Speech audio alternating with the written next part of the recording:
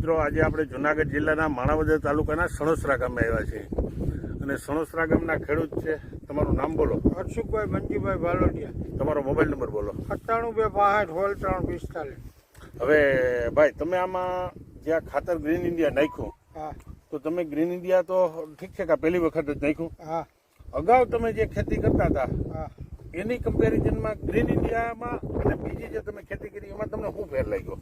એમાં ઘણો ફેર દેખાય છે. એટલે શેમાં ફેર દેખાય? આ ખાતર છે ને અરસિયા થાય છે એ બાબતથી હારામાં હારી માંડવી છે. બસ બરાબર. બીજું પછી નરવાઈની દ્રષ્ટિએ? નરવાની દ્રષ્ટિએ સારું. પાંદડું મારે અટાણ રહે નહીં, આ એનું બદલે પાંદડું છે. બરાબર. પછી તમે આમાં ટૂંકમાં રાસાયણિક દવાના કોઈ ડોઝ આપ્યા છે? નહીં.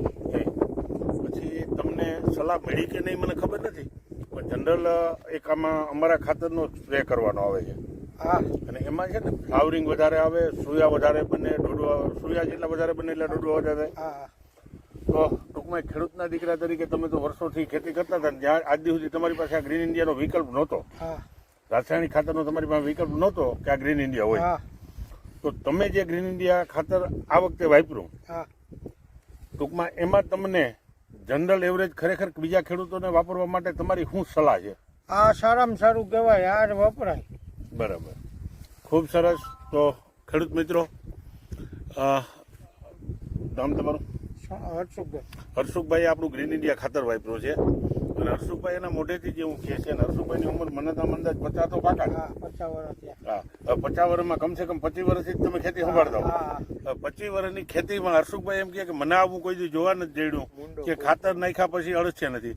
અને હર્ષુભાઈના ખેતરની એક બીજી વિશેષતા છે, હર્ષુભાઈ એક મોટી ફરિયાદ પહેલા એ કરતા હતા કે અમારે મૂંડો બહુ આવે. તો શું થયું તમારે? કોણ મૂંડો નથી આ ખાતર નાખ્યા પછી. એ મોટો અત્યારે હા, બરાબર. નકર અત્યારે આવી ગયા હોય. નહીંતર ફૂગીનું પ્રમાણ, મૂંડાનું પ્રમાણ હોય. ફૂગ્યાય નથી ને મૂંડોય નથી. તો દરેક ખેડૂત મિત્રોને તમે સણોસરા ગામના, બીજા તો ઠીક છે, માણાવદર તાલુકાના ખેડૂતોને ભલામણ કરો. હા